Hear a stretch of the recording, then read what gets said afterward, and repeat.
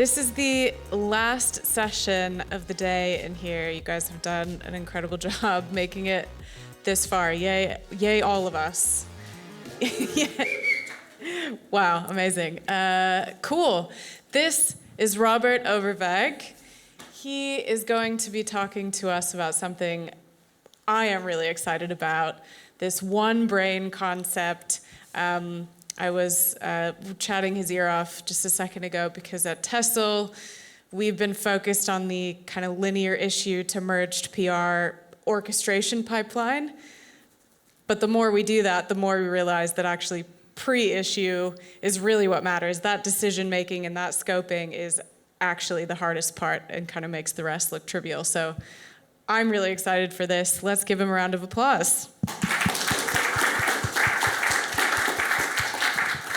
Yes, hello everyone, and thanks for having me, and thanks for staying around.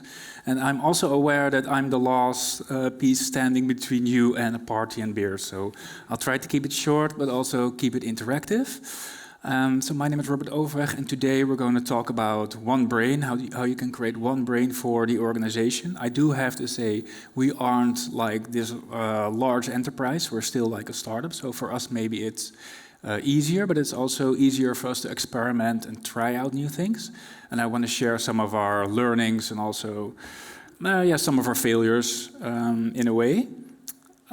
Because for us it originated from these type of frustrations, often like, hey, where's this file? Where's this presentation? You know, you're always looking for these kind of things, chasing people. It's really irritating, at least for me. Or when I am working in the morning, like 5 o'clock or late in the evening, and I actually want to get a prototype out really quickly, then it would be useful for me to know if that prototype is actually for 500 SKUs, so unique units, or if it's for 5,000.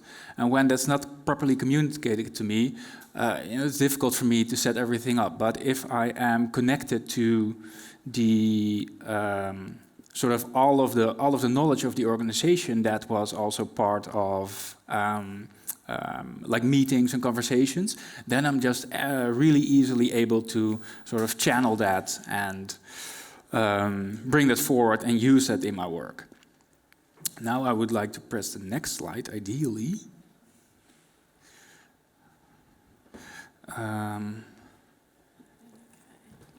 Let's see, I can also try a different port, who knows? Let's see. Hey! Or a very small subject on, hey, how can we actually improve our agentic pipeline?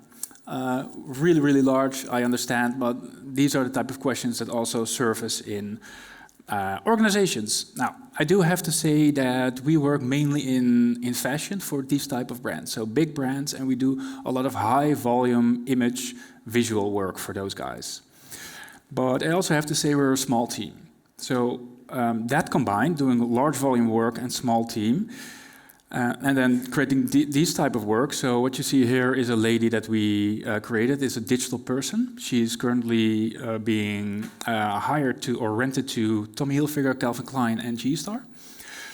And we also create this type of imagery, video based on created through AI, and we do that at scale. So we do these type of things. But we don't just do that one thing, we have got 5, 6 more modules. So we need to produce a ton of content, a ton of stuff. So we really can't be occupied with trying to find folders, trying to find stuff. So we really have to work in an AI native way just to be able to cope with the gigantic output. So that's basically the sort of the setting that we're in. And I think that's really helpful also for innovation, because we kind of have to. Now, that's what I said at the top, so we're trying to continuously learn about everything, and then we're also continuously trying to surface the right information at the right time. We see 2 types of information. One is the company knowledge, so things like new developments, new things that are happening in the space in terms of like Codex Goal or new type of skills, or research, wikis that we create, making meeting knowledge accessible. And then there's also in the creation pipeline, making sure that the evals are stricter, making sure that skills are getting optimized. So there's two kinds of knowledge that we try to optimize for. Now we started really simple, and you can start in such a way as well. So we just started with OpenClaw on a sandbox environment. Then GitHub is the repository that has the data, like all the research and those kind of things. And then I use Obsidian to also have it locally on my system so that I can browse through it. And I'll show you how that's set up as well.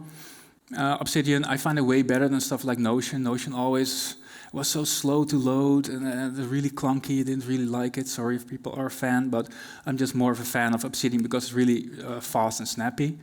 And then Telegram is, the service through which I can just communicate 24/7 like a little bit of psychopath. Because you can wake up in the morning and then you can sort of ask your agent, or I walk on the street and then I'm just talking into my phone like this to find information or to share information. Really, really useful.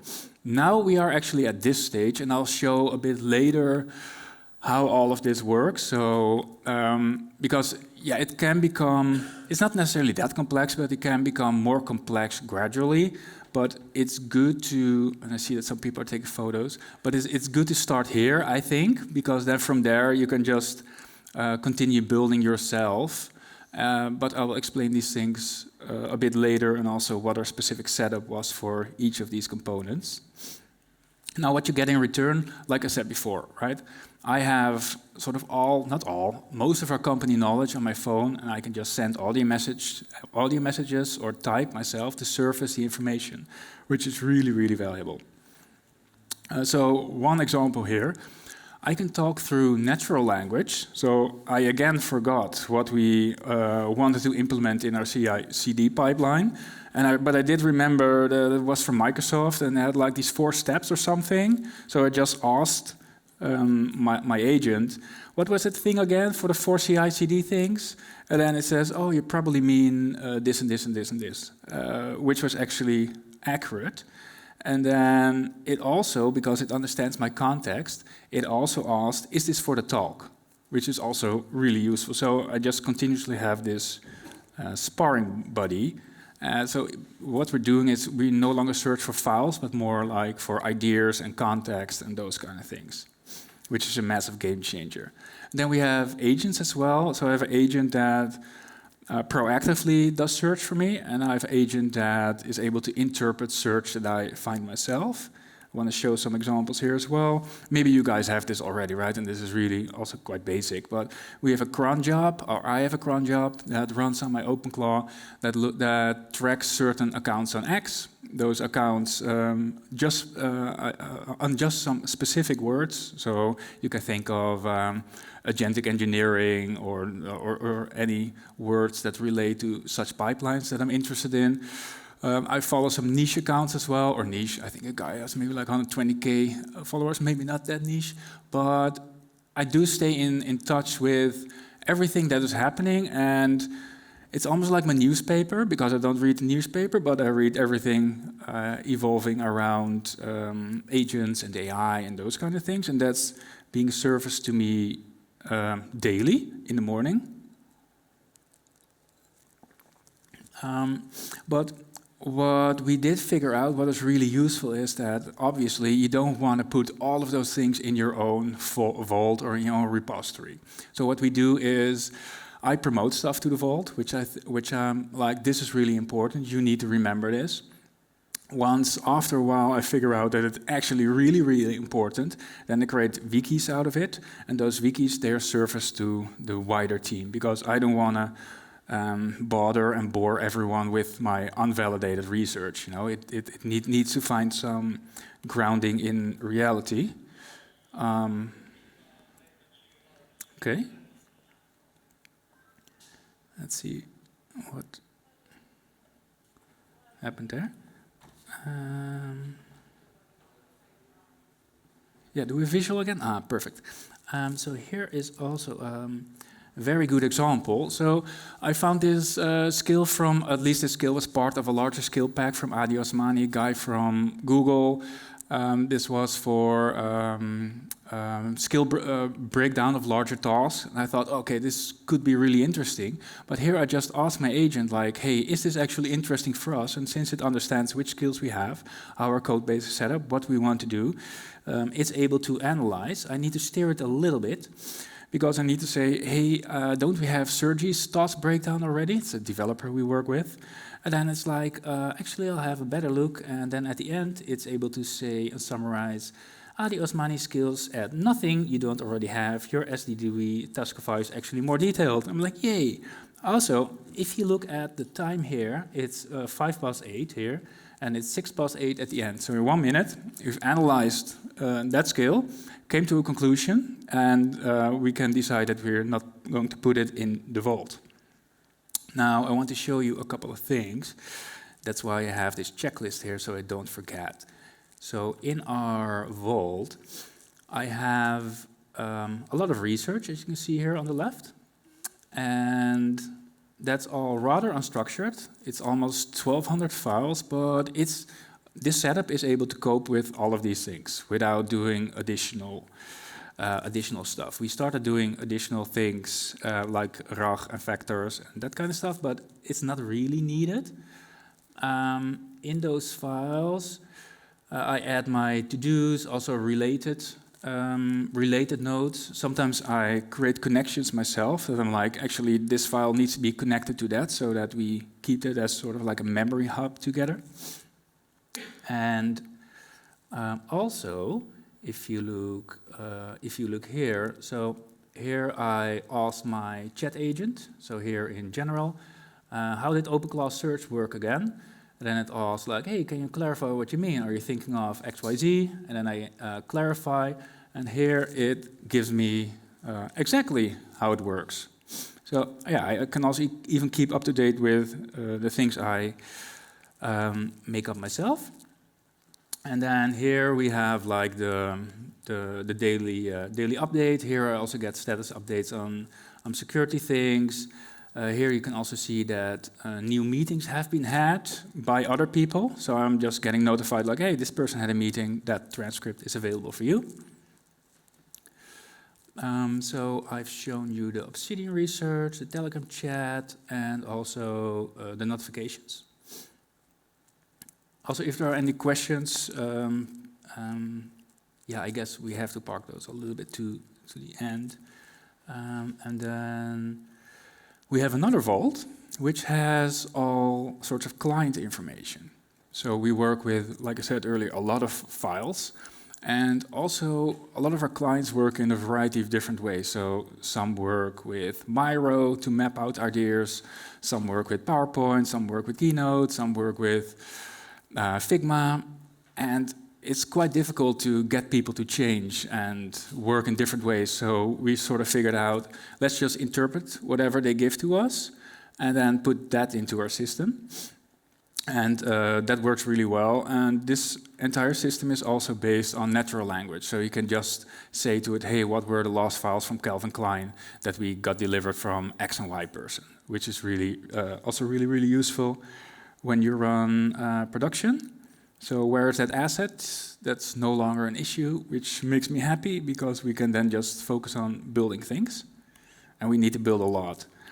I think this is also part of a sort of larger, fundamental, philosophical concept. And this is from Jack Dorsey, founder of Twitter and Box. And he said, the emergence of AI has challenged the premise of hierarchy as a requirement for the first time. So where we have, in enterprise and business, all of these levels with middle management, which we sort of used for communication, but there's also a lot of issues there. So what if information can be modeled, understood, and distributed in real time? Do organizations still need coordination mechanisms centered on people? What if, because the agents are sort of smart enough to keep interpreting everything? Not always. Sometimes they interpret in the wrong way, but mostly it's really useful. So we thought, yeah, shouldn't we just make as much as possible, as humanly, no pun intended, available for the AI. So that's every conversation that we have, meetings, research, also our code base, obviously. And it was also a little bit inspired by what I read, I think almost 10, 15 years ago, by Ray Dalio, and they had this hedge fund called, what is it called again? Bridgewater, yeah. But they recorded every meeting, back then already. Back then I thought it was, yeah, a bit weird, but maybe I was just in a sort of a low trust environment. Because right now I feel like, dude, we should record everything, because everything that is not like digitized sort of doesn't exist, and you're already at a disadvantage if you don't do that. So now we also ordered this thing, still waiting for it. It's called OMI. OMI is an open source application, open source technology, which records what we say. And well, when they finally send it over, because I've been waiting for it for like 3 weeks. But when you have like coffee outside or somewhere else, you can just put it on a table, it records it, and you can send it to your own servers. So there's no like subscription stuff, which is really good. So you can own the data, which I think is really good. And then Granola is a very useful tool for us as well, which transcribes the meetings, but in a proper way. And you can also type your own notes at the same time. And then when it makes the full transcript, it prioritizes and molds it around your notes, which is really useful. So here we are in the view that I see my co-founders, all of his meeting notes, which is pretty useful. And then I can connect through MCP or API to it, which is also nice. And then afterwards, when you have like a Claude design or an open design, if you have those meeting notes already, you could practically generate the presentation that you then need to send to the person that you talk to semi-automatically. At least you could get like a first draft, which is also pretty nice. And so these type of questions that we have here, we can all surface these through the meetings that have been recorded. So I think if you work more remotely and more digital, yeah, you can just record everything. It's really, really beneficial. So it could be more beneficial if you are further apart, which is kind of funny. This is on our to-do. So we haven't developed this yet, but as a co-founder, like I am in sort of production, I'm in sales, I'm in like positioning. You're trying to do everything at the same time, and sometimes you maybe forget to ask like the right type of sales questions. So when we have meetings, but like the things that we need to ask in these sessions, we do know. So what if our chief of staff just surfaces these type of questions that we need to ask to the client in that specific call? So it can also help us think along. And this is maybe a useful message for you guys. Like, I would not want my knowledge to sit in just Claude or in other people's chat windows. I'd like to keep it as much as possible on like our own stack and our own service, so we can query it. And the keeping it real section, because it's very, very messy to build these kind of things. At least it was for me and for us. So we had a lot of conflicts in loading issues. You can update stuff on Obsidian as well, and then you can have like all sorts of merge conflicts with your actual GitHub repository, which is not fun. This is an interesting one. Knowledge sharing, like in general, could be rather difficult, because are you really going to share all the meetings that you have with everyone? Because what if you mention something that really should not sort of leak out?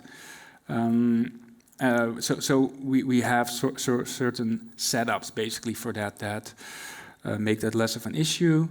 And yeah, so we made some boundaries between people, teams, and clients, and just knowledge moves sort of throughout the stack. Another thing to call out that, as you guys already know as well, right? The AI can be brilliant and dumb at the same time. It can lose sight of the most obvious things that you thought. Either you thought, like I said this already 10 times, or it just doesn't understand like very basic things, but can be brilliant at the same time. And then I had a lot of issues with just scripts breaking and cron jobs not working and that kind of stuff. So it's a pretty, yeah, once you got it set up, it works, but then when you want to start adding new stuff to it, it becomes a full-time job. So To come back to that early complex drawing that it showed, how everything was connected, this is how it works for us. So I've got my own private vault with all of those research documents and that kind of stuff that's connected to GitHub. I did add GBrain to it. It's from Gary Tan, the CEO, I think, of Y Combinator. And through that, I added a PG factor, and this is also makes use of zero entropy. So I've got vector, keywords, graph relations between pages, etc. And well, but I do experience that I don't really need it for the amount of files that I currently have. It seems to be that like after a larger amount, it becomes more useful. And then we also have a chief of staff, which is also on a separate instance. Because I don't want everything to sort of leak over into each other. And then Telegram is the way to, at least for me, to communicate. And like I showed, we have Obsidian, and I'm looking into Neo4j to like add another layer of knowledge, sort of filtering to it. And then here's a deeper dive on. Let's see what kind of.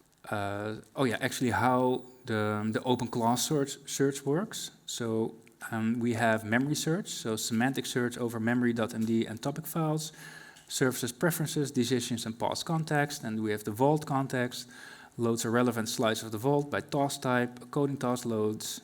Ava, that's our enterprise stack for self-serve. And then GBrain, if it's like a larger search. And then we also have direct file reads. And then, so for an example, for today, the talk questions hit the DevCon slides directly, and I had some stuff on Haiku because I want to reduce our spend, because it can be rather expensive to keep this running, especially if you run it for multiple people. So my advice would be to start small. Let one person suffer through it first. Don't roll this out to everyone. And why not keep it like really, really local? You can also just run it on your own laptop to make sure that everything is working properly, and make sure that you have proper security hardening on everything that you do, and make sure that you also align with what you're actually allowed to do with the data. And I would also set up a chief of staff agent, because people often say that they don't have any time, which is true, because they are so often in all sorts of meetings and finding stuff. But if you can give them an agent that sort of shaves off 20% of all of those jobs that they find a little bit of a nuisance, then they get their time back, and then they can actually look more into these type of optimization things. And then that research agent is just magic, to constantly get that information in and be able to learn from the world through your curated lens. And then, basically see what you want to promote to the wider group. And that's it from sort of how we built our own internal brain and our, almost like our hive mind. And if there are any questions, please feel free to ask.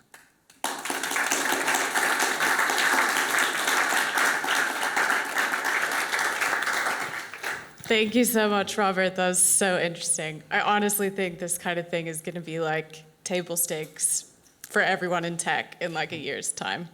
Does anyone have any questions for Robert?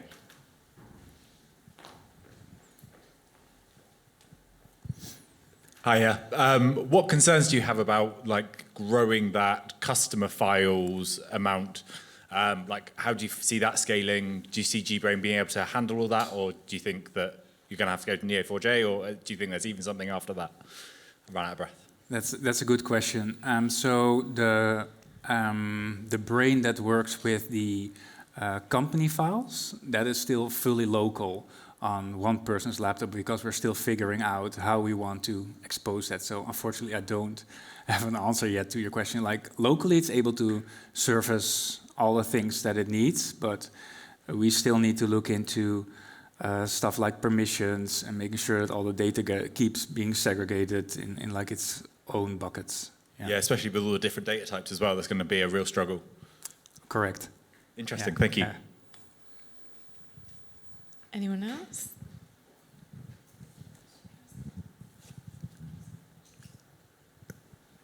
How much of a time cost was this to get everything set up and autonomously running and to maintain? The first thing that popped in my mind was an insane amount. But also it's a little bit of like a hobby. It's you become a bit obsessed. And so I have in my DNA that I just continuously want to learn and read new things. So it's just part of my nature. So it doesn't really feel like work, but difficult to say, man. Maybe like a month of work to get these things set up. But the good news is but even OpenClaw, setting that up with the right, like containers, Dockers, with the right permissions, can be an issue. But once you've got it set up, it's also a script. And then it can be 30 minutes or 30 seconds. 30 seconds, you heard him.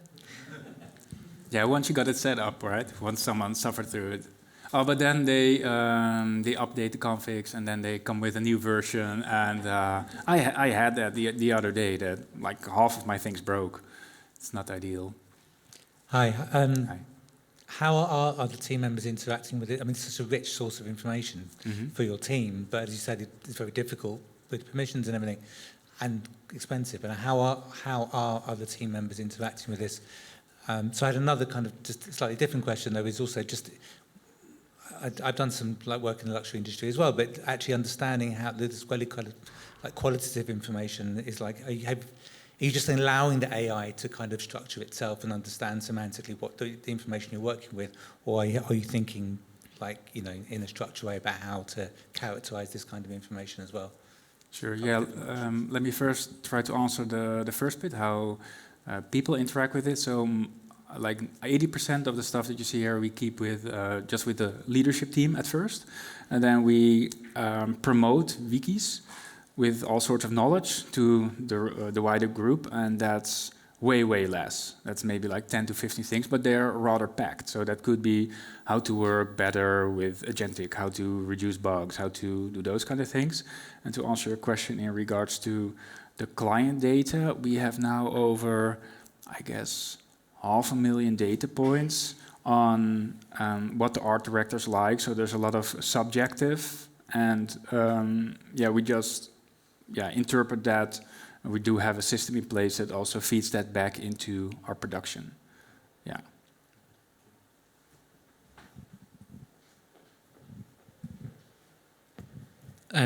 Why did you pick OpenClaw as your orchestrator, and how have you found it suitable or unsuitable for this exercise?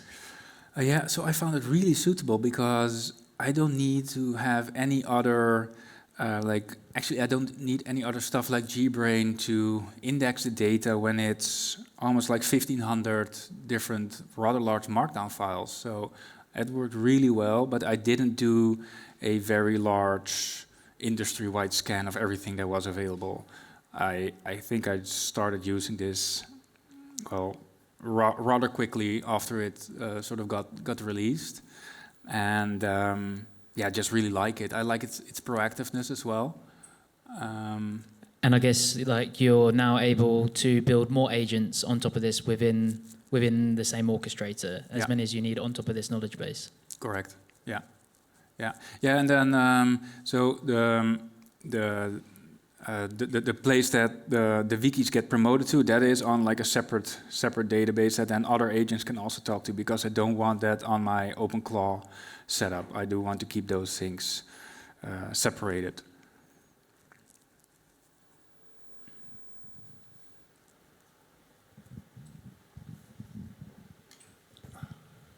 Thank you for the talk. I was going to ask actually a similar question. Have you thought of using Hermes, because that's what I decided to use, and also, have you ever tried any coding along with the agent?